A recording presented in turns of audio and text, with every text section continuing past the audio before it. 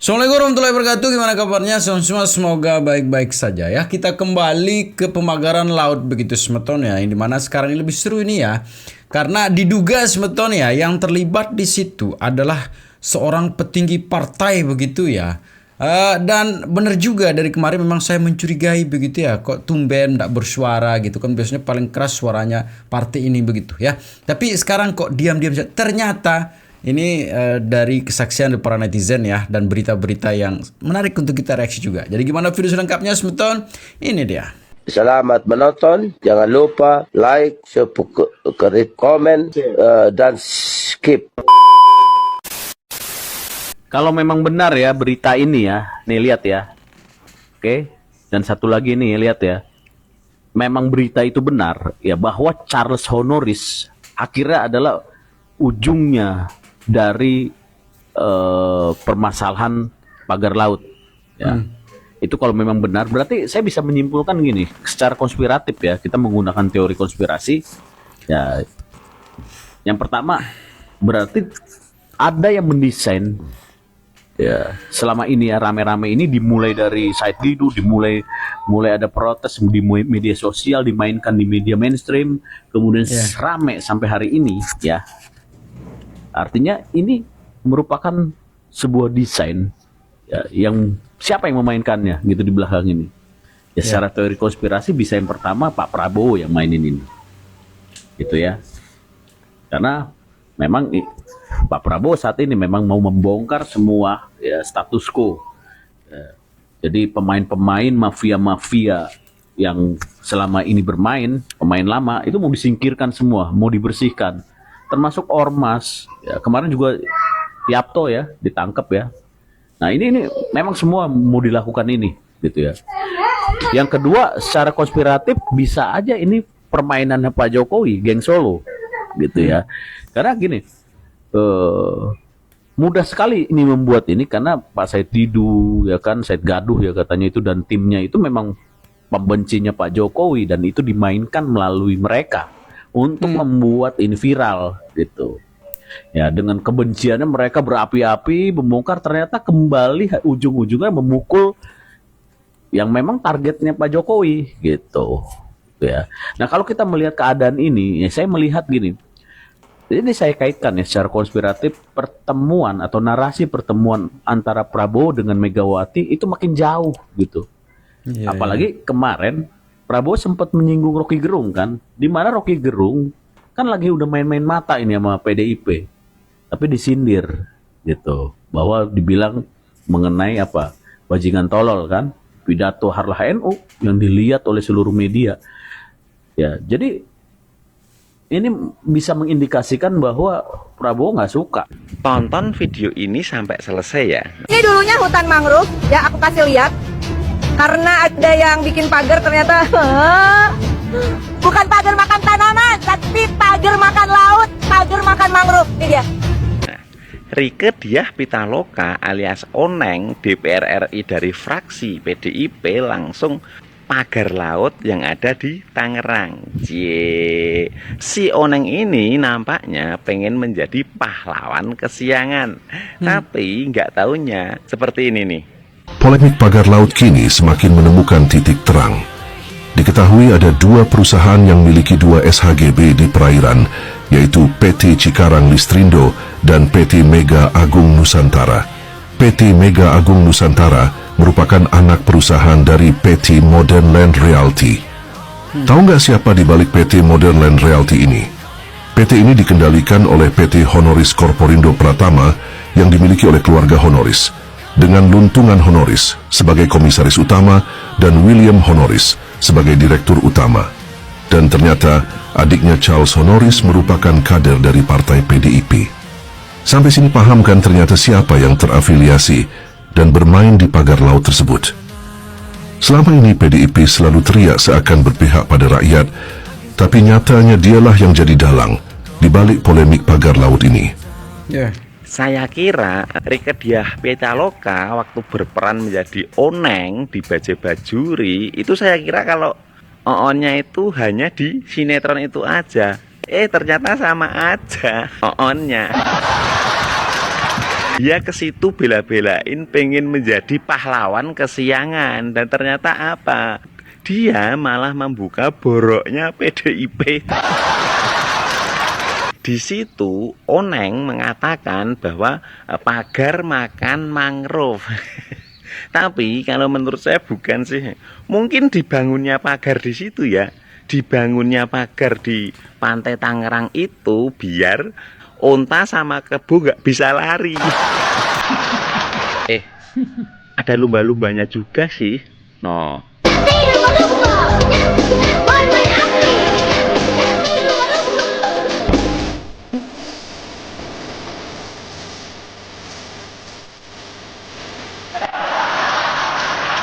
Logo. Banteng teriak pagar laut, tapi kok ada nama honoris di baliknya? Yuk, kita bedah. Fakta pertama, PT Mega Agung Nusantara alias PT MAN adalah pemegang sertifikat HGB di area pagar laut. Dan jika ditelusuri PT MAN ini, ternyata anak perusahaan dari PT Motherland Realty Tbk. Fakta kedua, William Honoris sebagai Direktur Utama dan Luntungan Honoris sebagai Komisaris Utama. Luntungan Honoris ini diketahui merupakan ayah dari Charles Honoris, politisi PDIP. Gak main-main, PT MAN punya 268 bidang kafling di laut dengan luas mencapai 419 hektar. Selain PD MAN, ada PT Cikarang Listrindo yang punya 78 bidang seluas 90 hektar. Gak berhenti sampai di situ. Fakta ketiga, tokoh kunci, Abdul Rosid, Kepala Desa Segara Jaya. Dulu dia anggota DPRD dari PDIP. Pernah disebut di kasus Meikarta. Dan Abdul Rosid punya 4 bidang kafling di laut seluas 43.000 meter persegi. Gila banget. Jadi pertanyaannya, selama ini mereka menyalahkan siapa? Benarkah ini perjuangan untuk nelayan? Atau ada agenda tersembunyi? Kok yang paling ribut justru yang menguasai laut? Jangan mudah termakan framing. Fakta ada di depan mata. Tulis pendapatmu di kolom komentar. Nah intinya maling teriak maling lah ya. Ini semakin menarik semeton ya, yang dimana sekarang ini agak mau dihilang-hilangkan ini begitu kan, mau diganti dengan kasus pembakaran sekarang tuh gedung menteri begitu ya, yang dimana kita tahu bahwa itu adalah cara lama begitu, yang masyarakat netizen sudah tahu arahnya kemana begitu ya. Tapi kita masih menunggu ini bagaimana gebrakan dari pemerintah sekarang, karena kita patut juga mencurigai bahwa ini terjadi, ya mustahil lah pemerintah tidak tahu begitu ya. Ini semakin menarik semeton ya, dan kita akan mendengarkan nanti senior dari anggota partai yang dimana kemarin-kemarin ya keras, sekarang kok melemah begitu dalam menyuarakan aspirasi rakyat. Ini dia. Maling kok teriak maling?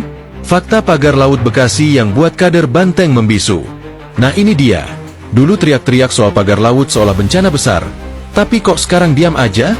Kasus pagar laut di Desa Hurib Jaya, Bekasi, ini SHGB-nya dikuasai oleh PT Mega Agung Nusantara dan PT Cikarang Listrindo. Terungkap bahwa PT Mega Agung Nusantara ini ternyata anak perusahaan PT Motherland Realty yang dikelola oleh keluarga Charles Honoris, tidak lain dari Partai Banteng PDIP. Ayahnya, Luntungan Honoris, adalah orang di balik perusahaan ini. Lucunya, kader PDIP yang sebelumnya teriak soal pagar laut di kawasan Tangerang Utara, sekarang justru malah diam-diam aja. Tentu saja karena ini milik orang dari partai mereka sendiri. Kalau beneran peduli kedaulatan negara, harusnya kan berani angkat suara. Gimana menurut kalian? Laut dijual ke pengusaha, laut seharusnya milik rakyat, tapi di Bekasi justru dikuasai oleh perusahaan properti. Skandal pagar laut menyeret nama Charles Honoris, politisi PDIP, yang keluarganya diduga terlibat dalam kepemilikan SHGB seluas 419 hektar di pesisir Bekasi melalui PT Mega Agung Nusantara, PT MAN. Dari dokumen resmi, terungkap bahwa William Honoris, saudara Charles, adalah komisaris PT MAN. Artinya, ada hubungan langsung antara bisnis keluarga Honoris dan kepemilikan tanah di kawasan Laut Bekasi. Tak hanya PT MAN, PT Cikarang Listrindo juga memiliki 90 hektar tanah di laut. Bagaimana mungkin perairan bisa bersertifikat? Menteri ATR BPN, Nusron Wahid bahkan terkejut mengetahui 581 hektar perairan Bekasi sudah bersertifikat. Tapi anehnya, kritik terhadap pagar laut yang bersertifikat di Bekasi tak serami serangan proyek pagar laut di PIK 2. terutama dari elit PDIP. Mereka bilang proyek itu merampas hak rakyat, menutup akses nelayan, dan menciptakan ketidakadilan ruang. Saat ada pagar laut serupa di Bekasi, yang diduga milik Charles Honoris, seorang kader PDIP, mereka diam 1000 bahasa. Kok bisa? Apakah pagar laut hanya bermasalah jika yang membangun bukan teman sendiri? Sepertinya laut kini hanya untuk bisnis keluarga elit. Pagar laut Tangerang, tiba-tiba kader-kader PDIP berbondong-bondong mengkritik. Hak rakyat dirampas, nelayan terusir, ketidakadilan. Suara-suara lantang menggema menggelegar, tapi ada yang janggal. Di Bekasi muncul pagar laut serupa. Konon milik seorang kader PDIP terhormat, Charles Honoris. Diam, sunyi senyap, tidak ada teriakan, tidak ada demonstrasi. Kok bisa? Apakah keadilan itu selektif? Apakah hanya tajam bagi lawan, tumpul bagi kawan? Ini bukan sekadar pagar laut, kawan-kawan. Ini tentang standar ganda, tentang hipokrisi yang mengakar dalam politik kita. Mereka berkoar-koar soal keadilan, soal rakyat, tapi ketika teman sendiri yang berbuat, tiba-tiba lidah mereka keluh. Ini bukan soal pembangunan, ini soal moralitas. Bayangkan, nelayan kecil yang hidupnya bergantung pada laut, tiba-tiba aksesnya terhalang, mata pencaharian mereka terancam. Tapi ketika yang membangun pagar adalah orang dalam, masalah ini seolah lenyap di telan bumi. Ini bukan hanya soal pembangunan infrastruktur, ini soal pembiaran ketidakadilan sistemik. Slogan berjuang untuk rakyat hanya menjadi jargon kosong, lipstik manis yang menutupi kebusukan. Rame buzzer pengalihan isu soal pagar laut. Kenapa pagar laut dikait-kaitkan dengan PDI Perjuangan oleh buzzer-buzzer? Ini buzzer-buzzer pembela para perampas tanah dan laut di Tangerang nih, kan kira-kira seperti itu. Jadi ada kader PDI Perjuangan, keluarganya punya perusahaan, ya ternyata mereka punya sertifikat di Bekasi kalau saya tidak salah, itu hampir 500 hektar. Itu adalah salah satu dari sekian puluh banyak orang dan perusahaan yang punya yang serupa. Ya. Dikait-kaitkan dengan PDI Perjuangan. Urusannya apa? Masa urusan keluarga semua anggotanya harus dikait-kaitkan dengan partai? Otakmu dipakai, otak dipakai, buzzer-buzzer dongo ini ya kan. Lalu yang saya dengar itu sudah cukup lama itu dan itu terbengkalai. Tapi kemudian dipakai untuk memframing PDI Perjuangan seolah-olah itu pagar laut dan di Banten, kan gitu. Padahal itu hanya sertifikat kepemilikan. Sama dengan Cikarang Listrindo, itu kawasan industri di Cikarang. Jadi otak kalian pakai. Saya kasih tahu ya. Yang namanya PSN ya, itu adalah kawasan mangrove yang katanya mau dijadikan kawasan wisata. Padahal statusnya hutan lindung. Harusnya tidak boleh hutan lindung melakukan aktivitas apapun. Tapi kemudian status PSN hutan lindung ini dipakai untuk menipu rakyat. Memaksa mereka melepaskan tanahnya, mengkapling-kapling laut. Kan gitu nih, memaksa rakyat menjual murah. Mereka kemudian menimbun sungai supaya rakyat melepas lahannya. Jadi status PSN itu dipakai oleh, kalau saya tidak salah ya, PIK 2 untuk mempermudah mereka mengambil tanah-tanah rakyat dan laut.